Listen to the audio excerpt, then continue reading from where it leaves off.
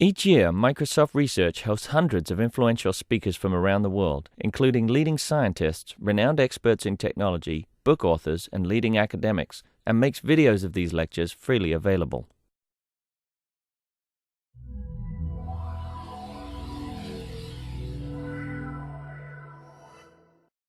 This is Paul. Thank you for coming.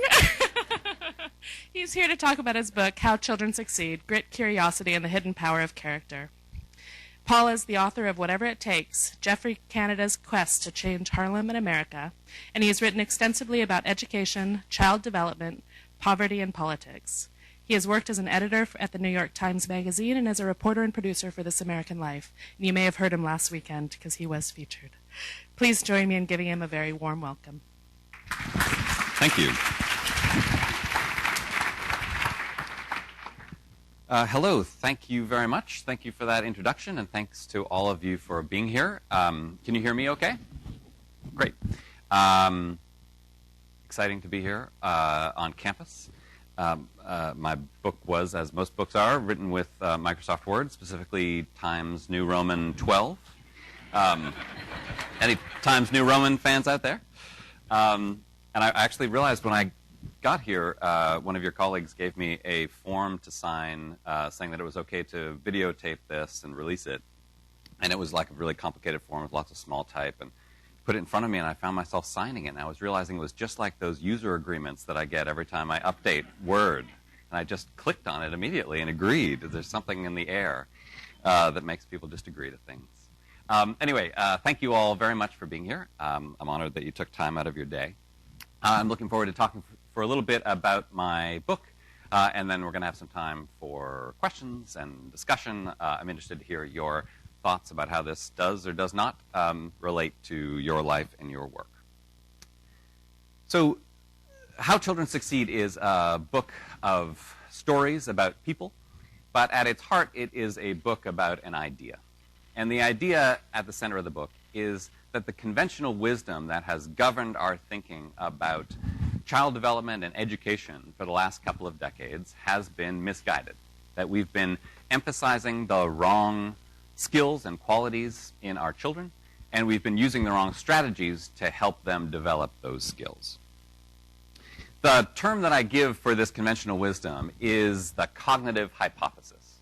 What I mean by that is this idea that I think a lot of us share, even if we don't always speak it out loud, that the one quality in a child that matters more than anything in terms of his or her success is IQ, is that narrow range of cognitive skills that get measured on achievement tests. I think it's behind our national obsession with test scores, from preschool admission tests to standardized achievement tests in school to SATs and ACTs. Even when, as an individual, you tell yourself that they don't matter that much, I think as a society we've invested them with a huge amount of importance. And I think it's because we really believe that they measure what matters. But the scientists and the educators who I'm writing about in this book have identified a very different set of skills that they say are at least as predictive of a child's ultimate success, and arguably more predictive. They include skills like grit, curiosity, perseverance, optimism, self-regulation. Economists call these skills non-cognitive skills. Psychologists call them personality traits. Neuroscientists often refer to them as executive functions. And educators, and I think the rest of us, tend to think of them as character. So I pursued two parallel tracks while I was reporting this book. First of all, I spent a lot of time with people working directly with children, trying to help them succeed. So a lot of educators, but also pediatricians and mentors. And then at the same time, I spent a lot of time reading research in economics and neuroscience and developmental psychology, trying to figure out just what we knew about how children succeed. Something else happened as I was starting my reporting on this book, which changed my perspective somewhat, which is that my wife and I had our first child. My son, Ellington, just had his 3rd birthday. So I had the strange experience in his first year of life of spending my days sitting in my office reading all of these neuroscience papers about the importance of the first year of life and the development of the brain, and then hanging out with him and playing with stuffed animals and singing songs, and trying not to let myself get too self-conscious about the research that I was reading, trying not to treat him too much like an experimental subject. But it was really hard not to. I think when he was first born, I was, like a lot of anxious parents, in the grip of the cognitive hypothesis. I believed that unless my wife and I got the Baby Einstein DVDs and the Mozart CDs into the maternity ward, he would never get into the college of his choice. But, excuse me. But the research that I read while he was growing up pushed me in some different directions. It made me a little less anxious about his cognitive skills, but it made me more uncertain about his character. And I think that character is a word that seems maybe a little out of place when you're talking about an infant or a toddler. But one of the things that I find most persuasive and compelling about the research that these neuroscientists are doing is the close connections between infant brain chemistry and adult psychology. That underneath all of these qualities in ourselves as adults that we think of as these very rich, nuanced personal traits called character are a lot of chemical interactions that take place in the first couple of years of life in the brains of children. The research, the neuroscientific research that had the biggest effect on me when I was playing with Ellington was about the biology of stress. So we know a lot more than we used to about what happens in those first couple of years of life. And one of the most important things that happen is the development of our stress response system. Mostly when I talk in bookstores, I don't get to use scientific terms like this, but now that I'm here, I'll embrace the opportunity to talk about the hypothalamic pituitary adrenal axis, or the HPA axis, which is this set of systems in our brains that help us deal with stress. And in some ways, they're like a muscle. It's good to experience some stress when you're a baby or an infant. Moments of stress that you can then calm down from actually gives you the experience of how to deal with stress as an adult. The problem is, for some kids, especially kids who are growing up in disadvantaged circumstances, surrounded by a lot of adversity, noise, violence, chaos, instability, they get what scientists call toxic stress, stress that is just too intense and too chronic.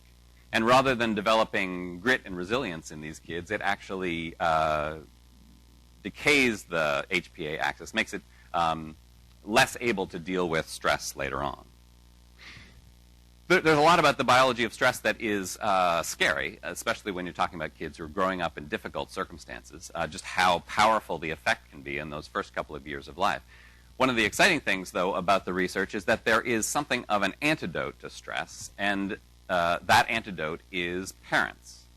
That when a child forms a close relationship with a parent or other caregiver in the first couple of years of life, what psychologists call a secure attachment, just a strong, sort of nurturing, face-to-face relationship, that child has a protection, a protective shield from a lot of that stress. If you take two kids and have them both grow up in the same kinds of stressful environments, and one has that secure attachment and the other does not, the one with the secure attachment is much less biologically affected by stress. You can literally see the difference, not just in their behavior and in their happiness and in their mental health, but in scans of their brains. So I spent a lot of time thinking about the role of parents as I was playing with my son, and particularly about this one study that was done at McGill University in Montreal with rats. I'm nervous about the day when my son grows up and reads this book and realizes that as I was playing with him, I was mostly thinking about rats. But it's true, and it's all because of this one study. So this neuroscientist named Michael Meany had a whole colony of lab rats, as many neuroscientists do. They were all in separate plexiglass cages, each cage with a mother rat and then a couple of babies known as pups. And what Meany and his team realized was that there was this one particular behavior that certain mother rats did. And they did it specifically when their pups were stressed out. And if you're a lab rat pup, the thing that stresses you out the most is a technician coming along, a graduate student coming in and picking you up. Once a day they get picked up and their cages get cleaned or they get weighed or measured. and then put back in. And so the rat pups are all freaked out. And some mothers do this one particular activity called licking and grooming. And licking and grooming isn't about appearance. It is about soothing. It's a ritual for soothing the infants and the pups, and you can actually see that it has an effect. Their stress response systems go up, and then licking and grooming calms it down. But not every mother does this. Some do, some don't. So Meany and his team wanted to find out what the effect of licking and grooming was, so they did this experiment. They found some mother rats who did a lot of licking and grooming, and they called them the high LG rats, and others who did not do a lot, and they called them the low LG rats. They divided them. They had them raise their pups for the first couple of weeks of life, which is mostly when the babies are with their mothers, if you're a rat. Then they separated them. They grew to adulthood, which is about 3 months, and then they gave them a whole series of tests. And the high LG pups, the pups who had a lot of licking and grooming as infants, did much better on all sorts of tests. They were more curious. They did better at mazes. They ate more. They were more socially interactive. They lived longer. It had a good effect on their health. You could actually see the effect of it in the size and shape of certain parts of their brain, all because of this one fairly idiosyncratic behavior that their mothers did in the first couple of weeks of life. So I spent a lot of time as I was hanging out with Ellington thinking about what it might mean to be a high LG human parent. I want to assure you I did not lick my son. And if you see photos of him from the first year of life, you'll know that my wife and I didn't really groom him much at all. But I do think that there's a human equivalent to licking and grooming, and it's that same kind of attachment behavior. It's just about soothing, nurturing, singing, playing, interacting face-to-face, and it can have a huge effect on how well children do. One of the things that I liked about reporting this book is I got to go all over the place, San Francisco, Chicago, New York, to report on different interventions, different characters, schools, pediatric clinics, rat labs. And one of the things that happened sometimes was that I would see some parallels and connections between two different parts of the story as I reported.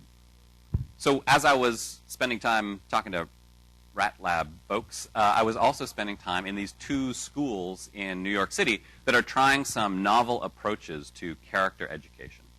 And the two schools are the KIPP Infinity Middle School, which is a charter school in West Harlem serving mostly low-income kids, and the Riverdale Country School, which is one of the most exclusive private schools in New York. Tuition just topped $40,000 a year. So these are two very different schools teaching different types of kids. But a few years ago, the leaders of both schools found themselves in a similar situation. On paper, they were doing great. KIPP students were getting fantastic achievement test scores. Riverdale students were getting into Ivy League schools. But the educators leading these schools both felt like there was something missing in the education that they were giving to their kids. And that something was character, was the inner strength, the perseverance, the grit to overcome obstacles. And so these kids would get out into the world and they would encounter setbacks, whether in college or beyond, and they would often really get completely derailed. So they started to try to teach kids character. And they worked with some psychologists at the University of Pennsylvania to come up with a list of 7 character strengths that they wanted to try to teach. And the parallel that struck me was that a couple of them, curiosity and self-control, were 2 of the abilities that the high licking and grooming rat pups had developed. I'll give you the full list of the 7 character strengths: optimism, zest, curiosity, social intelligence, gratitude, self-control, and grit. And it's grit, I find, that often really sticks in people's minds when I tell them this list. I think it's because grit has a lot of resonance in American history. There's the John Wayne meaning of grit. But grit as a psychological category is a relatively new invention. It comes from the work of this University of Pennsylvania professor named Angela Duckworth. And Angela started off studying self-control. Her first big study, which pushed a lot of people toward some of this thinking about non-cognitive skills, was about self-control. She gave kids in a middle school 2 tests at the beginning of the school year, one an IQ test and the other a standard psychological test of self-control. And she found that the self-controlled test results better predicted the student's GPA at the end of the year than their IQ. So this inspired a lot of people to start thinking differently about what skills lead to academic success. And Angela, for a few years, was sort of the guru of self-control around Penn. But she started to feel like there was something a little bit limiting about self-control. Certainly, it's a very important skill. It leads to all kinds of positive outcomes. But it's not all that inspiring. It's sort of about resisting temptation, delaying gratification, following the rules, doing what's right. It didn't seem like the kind of skill that would push someone to start a rock band or found a software company or become a great artist. And so she started to try to figure out what this other skill was that could push people toward more impressive accomplishments. And she came up with grit. And the way she defines grit is it does have a big element of self-discipline to it, but it also has passion. She defines it as perseverance in the pursuit of passion. So it's somebody who is devoted to an outcome and won't let any obstacles get in the way of that outcome. She's invented this thing called the grit test, which you can find on her website at Penn. And it's an 8-question test, pretty straightforward. Just asks you things like how likely are you to stick with a task? Do you often get distracted? Do you give up easily? And she found 2 remarkable things about this test. One is that people are pretty honest about their grit. They actually answer the questions pretty accurately. And the other is that your response, your score on this test is highly predictive of a lot of really important outcomes. She gave the test to freshmen at the University of Pennsylvania, and it predicted which students were most likely to do well in their freshman year. She gave it to students in the National Spelling Bee. It predicted how many rounds they would last. And most remarkably, she gave it to cadets at West Point as they were entering this very difficult summer program called Beast Barracks that the Army uses to separate the wheat from the chaff when they first arrive at West Point. And the thing that struck me about her results is that the Army has actually already come up with a test that's supposed to tell us who will and who will not survive Beast Barracks at enormous taxpayer expense. They created this thing called the Official Candidate Score that combines physical strength, academic results, some psychological tests. And Angela's little 8-question test was a better predictor of who would survive Beast Barracks than the whole candidate score. So at the KIPP Infinity Middle School, this list of 7 character strengths is now something called a character report card. 4 times a year, every student at KIPP Infinity Middle School is assessed on all 7 of these character strengths by each of his or her teachers. In order to understand the idea behind the character report card, I think it's useful to know about the work of Carol Dweck, who was a psychologist at Stanford that I think a lot of people have heard of. For those of you who haven't, I want to tell you a little bit about her idea about the growth mindset. And in order to do that, I need to ask for a show of hands. So she divides people into the people who have the growth mindset and people who have a fixed mindset. And it all comes down to your opinion about one particular question, which is how malleable our intelligence is. So if you think that basically our IQ is fixed in place, that you can't really change your IQ very much one way or the other, please raise your hand. You have a fixed mindset. And if you believe that you can change your IQ, you can increase it, decrease it, please raise your hands. Okay, you all have a growth mindset. So here's the weird thing about Dweck's study. In the neuroscience research, there's actually pretty solid support for the idea that we can't actually change our IQ all that much. IQ doesn't really change all that much throughout a person's life. So even though the people with a fixed mindset really do have a pretty strong case, but even though they may be right, it's the people with the growth mindset who do better in life, misguided though they may be. That just believing that you can change your intelligence, especially for kids in school, is an enormously powerful idea. And in believing that, what you do change, even if you don't change your intelligence, is your ability to work hard, to get motivated, to persevere at a task. And the kids who believe that do a lot better. And whether or not intelligence is malleable, mindset definitely is. That there is a way through relatively simple interventions to change kids' ideas about their own intelligence and their own abilities. Working with Dweck, some psychologists have done these interventions where they take a group of kids. There was one they did in Texas where they took a group of middle school kids and assigned them to a college mentor. It wasn't a very intensive mentorship. They just worked with them, met with them a couple of times in the year, emailed with them back and forth a bit. And one group heard sort of a standard motivational message. It was actually about drugs and how you shouldn't use drugs and you should stay in school. And then the other heard this very specific growth mindset message. They heard, it's scientists have discovered we can improve our intelligence, and you should just think about this as you go through your day. And the kids, at the end of the year, the kids who had heard the growth mindset message did better on the standardized test that every student takes in Texas. And the kids who especially improved were the ones who were under what psychologists call stereotype threat. And that's this idea that if you're part of a group where your identity feels threatened by a test, so this is certainly true for African Americans when they're in school. When they take tests, if you remind a black student that they're black before they take a test, they often do worse. It's also true for girls and math. If you remind them that they're girls, have them write an essay about being a girl right before they take a math test, they do worse. That's stereotype threat.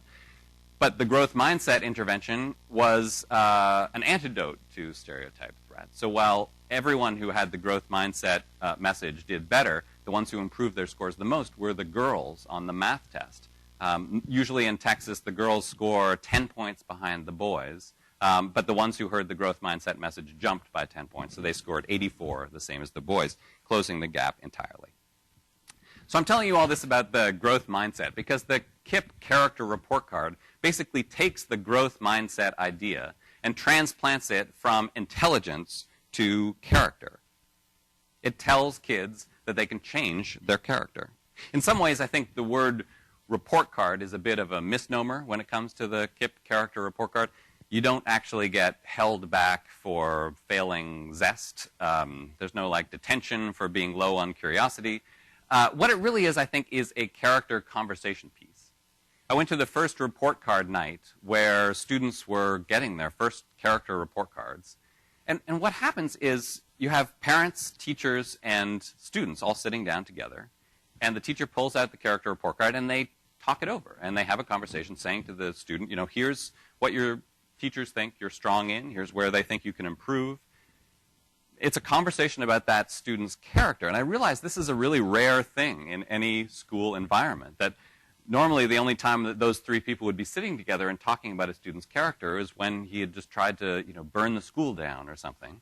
And then the conversation is all in the context of failure and disappointment and punishment and despair. And instead, the conversation is very positive. It's in the context of growth. It's saying, you can get better at this stuff, and we're going to help you. So at KIPP, they've got this character report card. At Riverdale Country School, which partnered with KIPP in creating this list of 7 character strengths, they have not introduced a character report card. And I asked Dominic Randolph, the headmaster at Riverdale, why that was. And he explained that in his school community, which is very ambitious and competitive and high-achieving and high-pressure, if he introduced a report card for curiosity, there would be $400 an hour curiosity tutors roaming the halls of Riverdale the next day. If he had a report card for Zest, there would be Kaplan Zest test prep classes that everyone would enroll in. And in lots of ways, that was actually the opposite of what he wanted for his students. I found Dominic to be a really interesting guy. He was running this school, very competitive, doing very well. But he was really concerned that he wasn't giving his students everything that they needed, that he felt like their problem was that they were protected from adversity. That not just the school, but their parents and their whole culture were protecting them from the ability to fail. I think this is a challenge for us to think about because the kids in these schools are, they're working really hard. their lives are not easy. They're often very stressed out. They're under a lot of pressure. There's a lot of competition. But I think it's true that in many ways they're not challenged. In some ways, I think it's the difference between exercising on a treadmill and climbing a mountain. You know, when you go on a treadmill, it's hard. It's really exhausting, but you kind of know you're going to make it to the end of your, 30-minute program.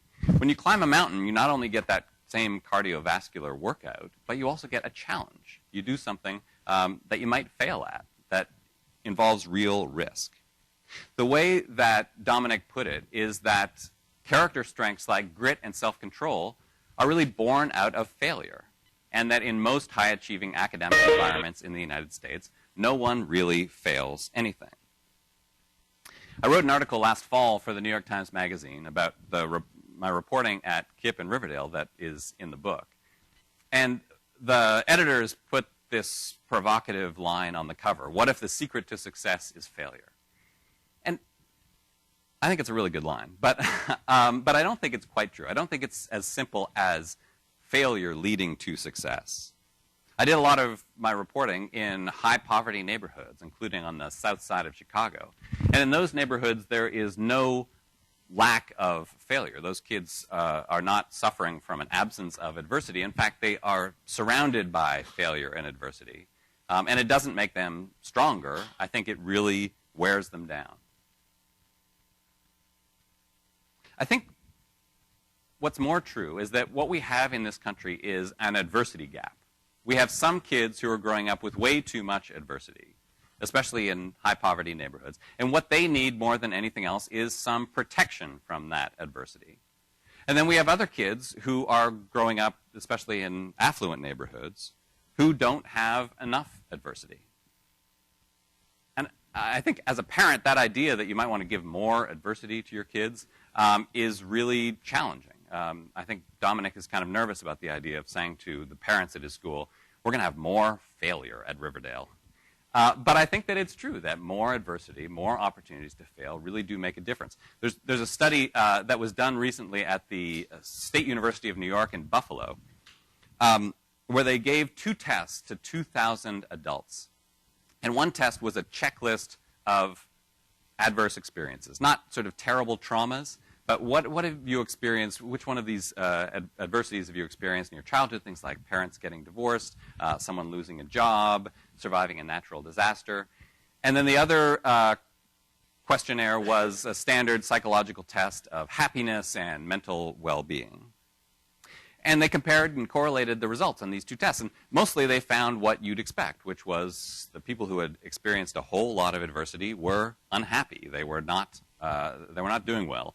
People who had like 12 or 15 adverse experiences had the worst scores on the tests of mental health. And then they noticed something interesting in their data, which was that there were 200 respondents who hadn't checked a single box on the adversity questionnaire, who hadn't really experienced any adversity at all.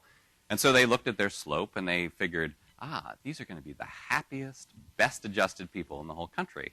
But of course, they weren't. Their scores were actually no better than people who had scored 9 or 10 on the adversity questionnaire. And the people who scored the highest in terms of happiness and mental well-being were the ones who had 2 or 3 or 4 or 5 adverse experiences. It turns out that the relationship between adversity and happiness is an inverse U-shaped quadratic equation. It's a handy fact to know as you're going through life. So why? Why is some adversity a good thing? I think it's because in experiencing moderate amounts of adversity, we get an opportunity to practice failure. And we learn what I think is a very important skill, how to manage failure, how to deal with adversity. And this is a common theme that runs through the entire book. I think that helping manage failure is what those mother rats are doing for their rat pups. They're helping them deal with the adversity of that horrible graduate student.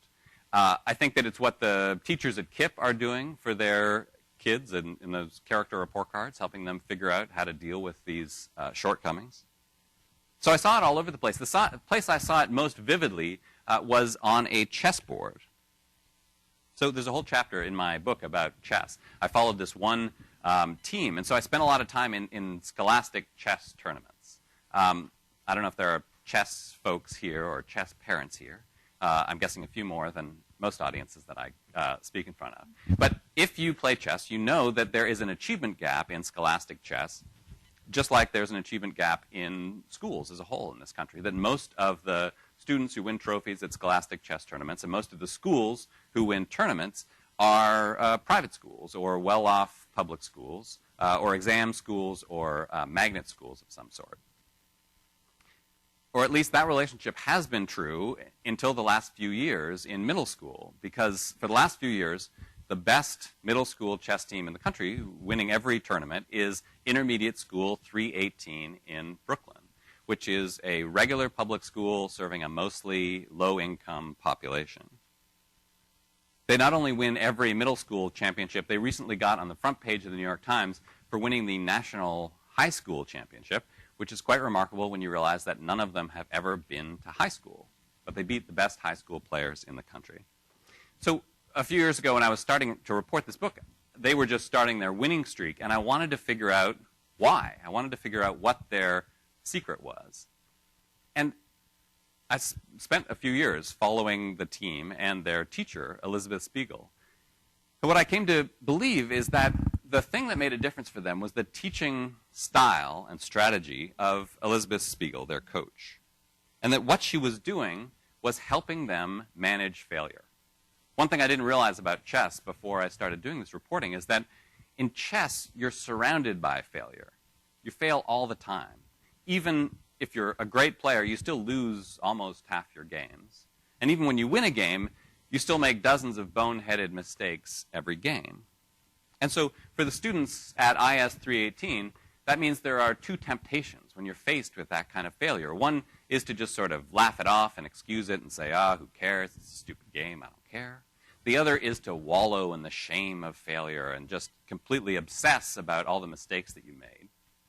And what Elizabeth Spiegel does is she gives her students a way to get past those two temptations. And she does it by giving them a way to think differently about their own failings, by looking really honestly and clearly at their mistakes and finding ways to change them. There's this ritual that every student at IS 318 has, which is after every game, in a tournament or in class, you have to sit down with Ms. Spiegel and replay your entire game, move by move. And I sat in on some of these sessions, and they are really kind of grueling. And they're grueling because Ms. Spiegel is kind of hard on these kids. I thought that she would be sort of like, oh, well, you know, you tried hard, and you did your best, and you had fun, right? That's what matters. But there's none of that. She is really tough on them. She's like, a rook? Why would you move a rook? What were you thinking? How long did you take to plan that move? There's this rule of thumb that teachers have that you're supposed to give 5 compliments for every 1 criticism. If you fall below that ratio, it can be very damaging to your students' self-esteem, apparently. And it was Elizabeth who actually told me about this. She said, you know, I'm kind of worried that my numbers might be slipping a little bit. And I said, yeah, your numbers are definitely slipping. She was giving more like 5 criticisms for every 1 compliment. But, you know, it was working. I think she was giving these kids something more important than self-esteem. She was helping them develop their character. And she was doing it by giving them the message that she really cared how well they did. She wasn't, you know, super mean to them. She wasn't belittling them. She was hard on them. But she was giving them strategies to change themselves. And I think that's important whether you're playing chess or whether you're doing anything else. So figuring out the right way to give that kind of guidance, I think, is a conundrum of teaching. But I find it's also a conundrum of parenting. So my son Ellington is now 3. And when he was an infant, for those first couple of years of life, I was really taken by this research around attachment. This idea that what he needed more than anything else was a close, attached relationship with me. Someone to be responsive to his needs, to react to all of his problems, to come every time he cried. But we all know that when kids are 5 or 10 or 15 or 25 and living in your basement, it's not a good idea to come every time they cry. That at that stage, what kids really need is some independence, the ability to deal with adversity on their own. The challenge, and I know that every parent before me has dealt with this challenge before me, but the challenge now that my son is 3 is that there is no roadmap from moving from the kind of parenting where you're responding to every need to the kind of parenting where you're not, where you're standing back a bit, where you're letting that child deal with adversity. So now that he's 3, I'm doing my best to hold back when he's learning how to do jigsaw puzzles, and I'm trying not to help him figure out exactly which way each piece goes, which is very, very difficult for me. He's learning how to ride a bike, and I'm trying my best to let him fall down and not pick him back up. And I really believe what Dominic said, that at this stage of his life and going forward, the best thing that I can do is hold back a bit, to be a little less present in his life, to give him the opportunity to deal with his problems on his own. That if my wife and I really want him to succeed, we first need to let him fail. So I'm going to stop there, and I'd happily take any questions. Thank you.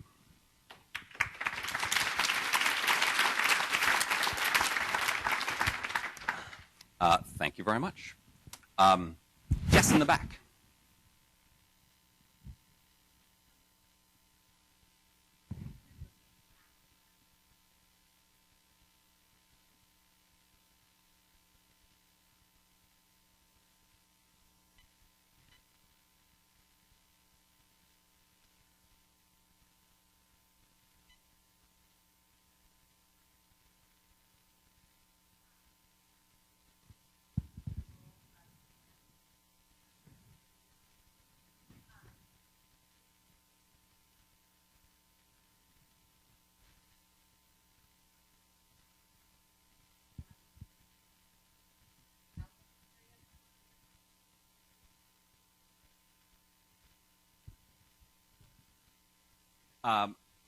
I'm fascinated by that research, and I would love to know more about it, but I don't know much about it myself, and I haven't seen any research, so you know more about it than I do for sure.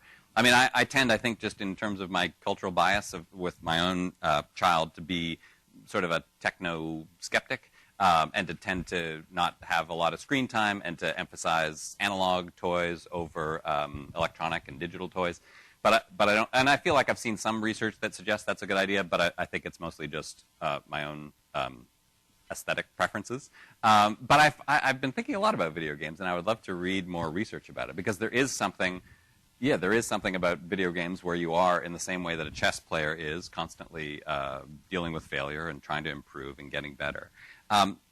My worry would be that I think so much of the one thing we do know from the research is that so much of these kind of character-creating experiences come through human interaction. That it is actually, having a mentor, a teacher, someone one-on-one that can inspire you to have that kind of growth.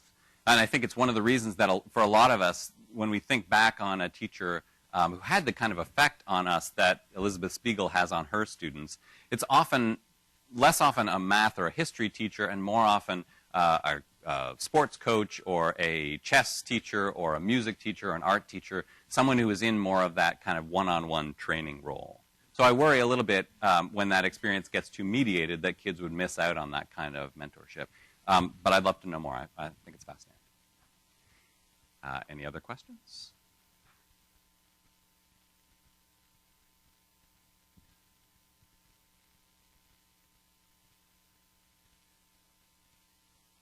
So how we get this kind of thinking into public schools, I think it's a real challenge. So I don't think it's an accident that the two schools where I spent a lot of time watching their character work were a private school, an independent school, and a charter school. Those schools, I think, have more flexibility to do more experimentation than a public school does. And I think there is our sort of reliance on standardized tests, and the fact that we have pushed so far in the direction of emphasizing those tests and more tying the incentives that we give to school systems and teachers and principals to cognitive tests. I think that's a problem. I think there's lots behind accountability and testing that makes a lot of sense. But the more that teachers have a strong incentive to focus on those tests that measure what we know are not all the skills that matter in terms of a child's success, the less time they will take and the less emphasis they'll put on everything else. And so I worry about it on the level of a public school system. My sense is that there are lots of people at all levels of the education system, from individual teachers to principals to school superintendents, including to people at the Department of Education in Washington, who are paying attention to this research and are realizing that there's something missing in what we're doing. The problem is it's not easy to change, that we have now for 12 years emphasized these tests in our federal policy, and it's not easy to figure out a way to change it. But I'm encouraged that the conversation is at least starting. Yes, toward the back.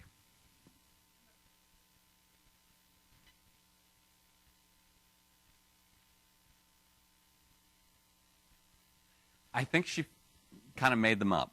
So she started off as a chess player. She played chess. She studied English, first math and then English in college. And she started doing this thing called Chess in the Schools, which is a nonprofit that puts chess players into schools to teach chess. And she was just really good at it. She actually, for a year, she taught English. And she told me that she was using the same techniques that she wound up using in chess. And so every time she would get back an essay, she would go through it line by line and write the students these really long notes saying, did you think about this? Maybe you could do this differently. And they all looked at her like she was completely crazy, because that kind of coaching doesn't make sense to most kids in that other context. And she did this one talk where she talked about how, in some ways this seems like such a simple pedagogical idea, but I think it is actually quite unique, which is that she decided that instead of following a curriculum through the whole year, she would decide what to teach based on what her students didn't know. So each weekend they go and they play tournaments, and she would look for the mistakes that they were making, and then on Monday morning she would teach a lesson based on those mistakes. And in the context of a training relationship, that makes enormous sense. But it's really true in the context of if you're a regular public school teacher, that's not how you organize your year. You can't improvise like that. Yes?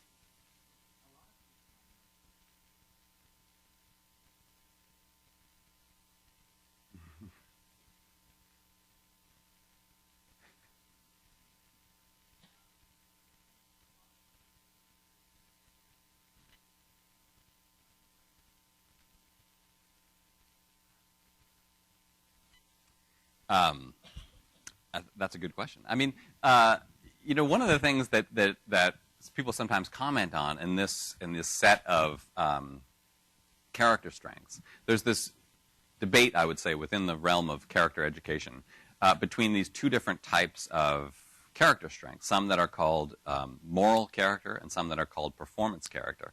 And in the previous incarnation of character education in the 1990s, when President Clinton and the First Lady were talking about character education, there was a big boom in character education, and it was mostly in what you would call moral education, about things like integrity and honesty and respect.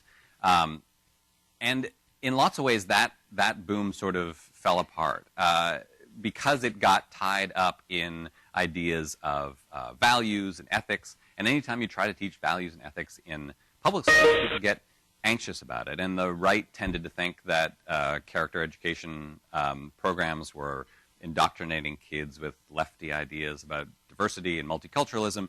And liberals tended to think that character education programs were trying to make indoctrinate kids with ideas of, patriotism and chastity and those sorts of virtues.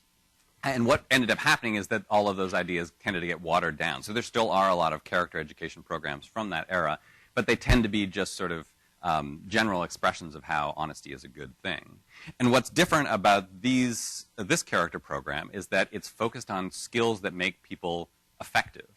And so there is, for instance, one called social intelligence, right, which is about how to get along with other people, in theory about how to cooperate and be nice to other people, but it's also about how to work a room, how to make a team do what you want it to do, how to negotiate complicated situations. And so one of the criticisms, I think, of this sort of character education is that it is lacking in any kind of moral valence. It really is about having lots of zest. You can have zest in to all sorts of nefarious ends, and having social intelligence can be how to learning how to manipulate people as much as how to cooperate with people.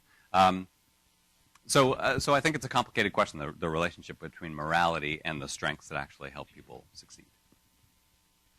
Yes?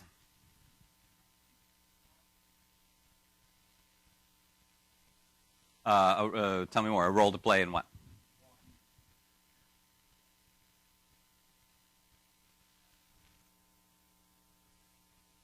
Mm-hmm.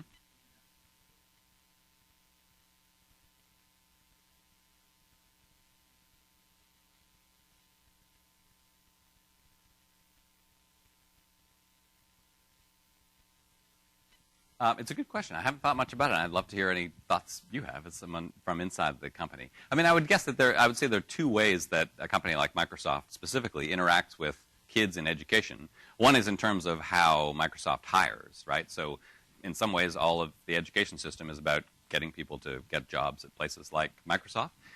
And it's interesting, some of the research around this one particular character strength of conscientiousness, it actually came out of industrial organizational psychology, which is kind of like human resources psychology. In the 70s and the 80s, conscientiousness was seen in academia as this thing that no one wanted to touch because it was very square. It was just about like self-control.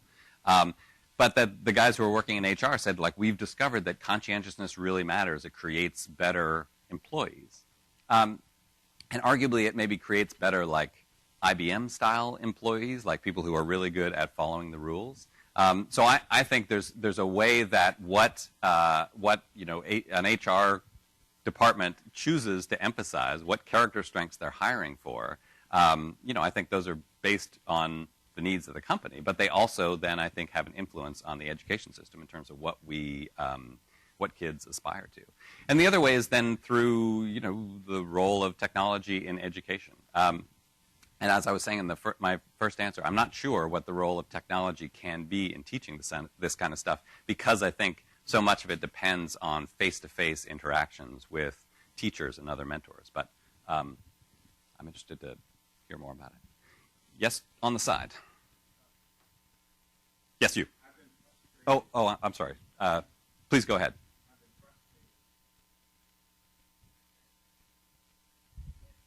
Uh-huh.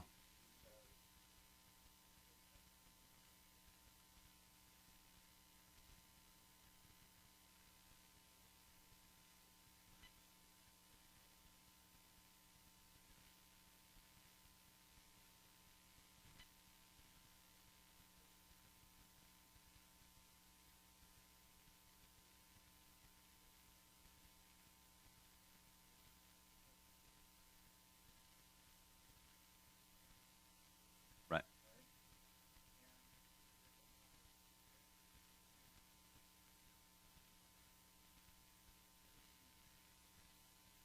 Right.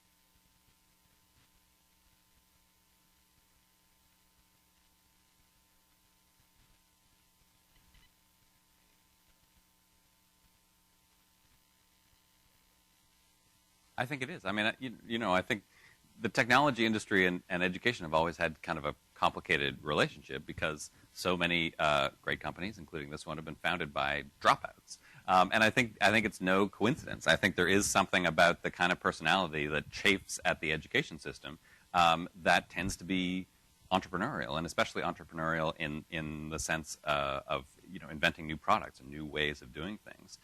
And so I feel like that's been a unfortunate fact of the education system, and a complaint about the education system, I think, for a long time. And in some ways, I feel like I don't know what the right way around it is.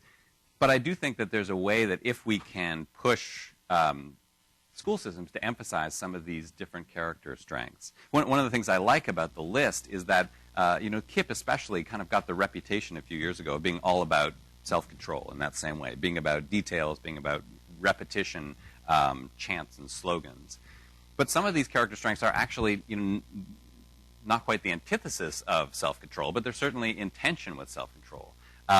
Zest, curiosity, optimism. These are things that if you're a middle school teacher, you don't necessarily want a class full of zesty kids. So I think it's important, this new idea of character that involves more than just being able to follow the rules. So yes, I think if we pushed in that direction, it might get us to a better place. The idea of sort of whole-scale change in the educational bureaucracy, I still worry about. Toward the back, yes. This will be our last question? Great. Sir, yes.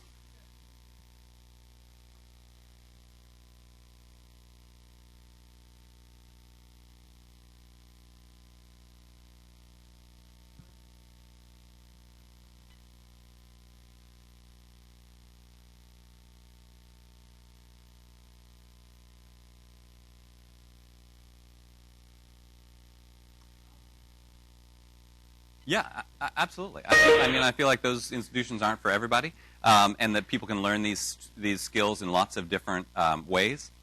But I think those sorts of institutions have a real role to play, and I think there's lots of people looking back on their childhood. When they identify the mentors who made the most impact on them, or to the experiences where they built character the most, would point to Boy Scouts and Girl Scouts. So I'm going to end there, and thank you all so much for coming.